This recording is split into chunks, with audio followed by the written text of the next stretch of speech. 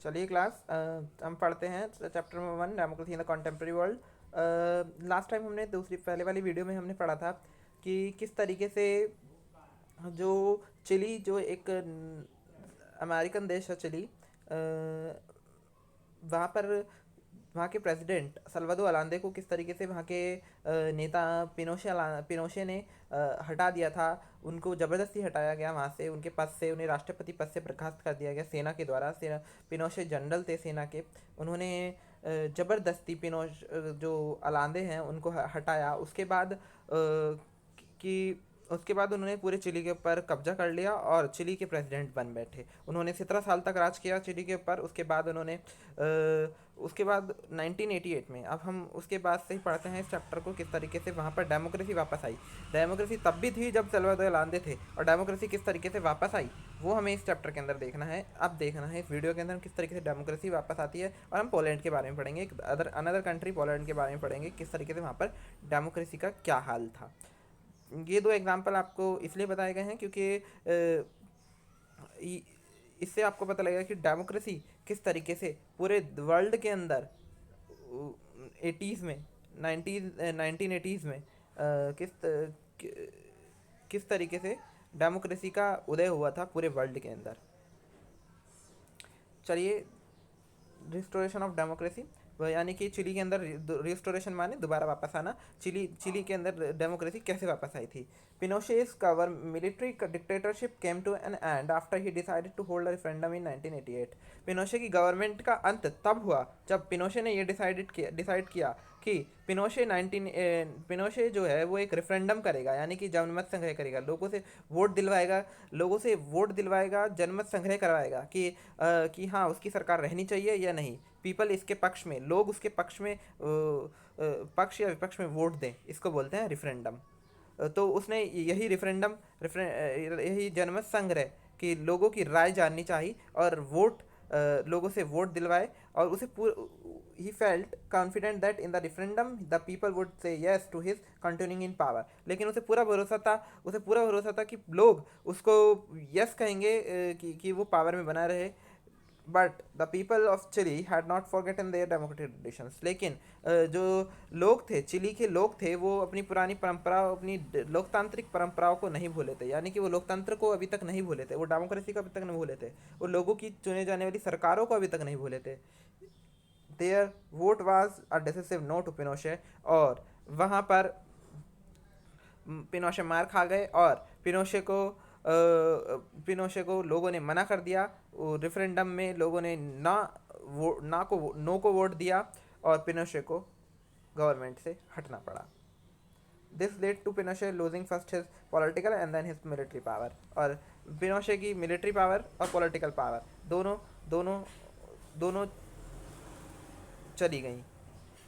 The hope Allende expressed in his last address was realised. और जो अलांदे ने अपने अंतिम स्पीच में कहा था, लास्ट स्पीच में कहा था, वो वो सचमुच होने लगा था। Felony and accordance and treason were finally punished. जैसा कि उन्होंने कहा था कि दुष्ट प्रवृत्ति के लोग, शैतान प्रवृत्ति के लोग और भ्रष्टाचारी प्रवृत्ति के लोग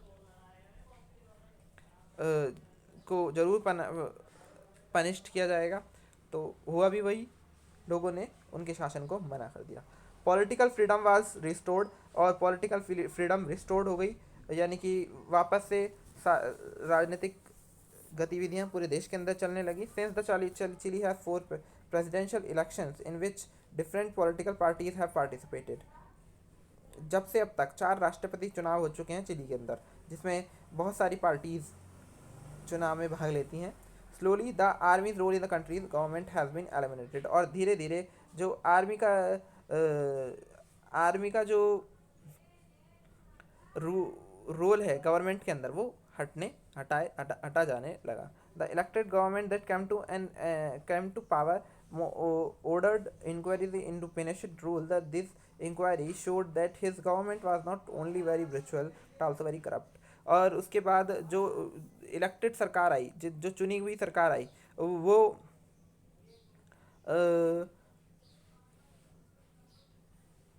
बहुत उनने पूरी इंक्वायरी करी कि किस तरीके से पिनोशे की गवर्नमेंट कैसे काम करती थी, उसने ये देखा कि पिनोशे की गवर्नमेंट क्रूर ही नहीं क्रूर ही नहीं थी, साथ के साथ वो करप्ट भी थी, भ्रष्टाचारी भी थी. Do you remember little reference made earlier to General Bachelet's daughter who was imprisoned and tortured along with her mother? क्या आपको याद है कि जनरल बैचलेट की एक लड़की थी जिसको जेल में डाला गया, टॉर्चर किया गया? That girl Michelle Bachelet was elected president of Chile in January 2006. वही लड़की मिशेल बेचलेट 2006 के प्रेसिडेंट इलेक्शन में चिली की राष्ट्रपति बनती हैं. A medical doctor and a moderate socialist, Michelle became the first woman to be defense minister in Latin America. जो ये एक मेडिकल डॉक्टर हैं मिशेल, और पहली वुमेन डिफेंस मिनिस्टर थी किसी भी देश के अंदर, अमेरिकन देश के अंदर. In the presidential election, she defeated the most powerful, one of the Chile's richest men. In his photograph of her victory speech, she is saying to her super supporters, "Because I was the victim of hatred, I have dedicated my life to divorce that hatred and turn into understanding, tolerance, and why not say it into love." और उन्होंने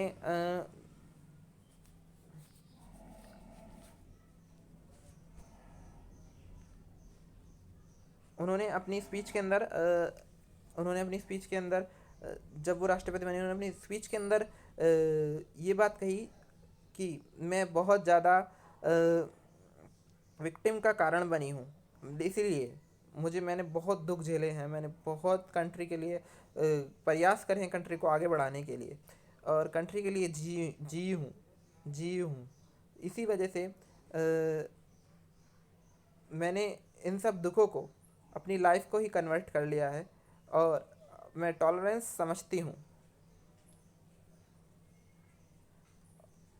and why not से it into love.